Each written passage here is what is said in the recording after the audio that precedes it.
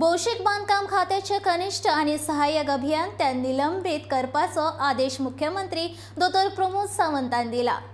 चोरला घाट ते साखळीच्या 27 किलोमीटरच्या रस्त्याचे डांबरीकरणाचे काम कमी दर्जाचे केले म्हण अभियंत्यान निलंबित केल्या।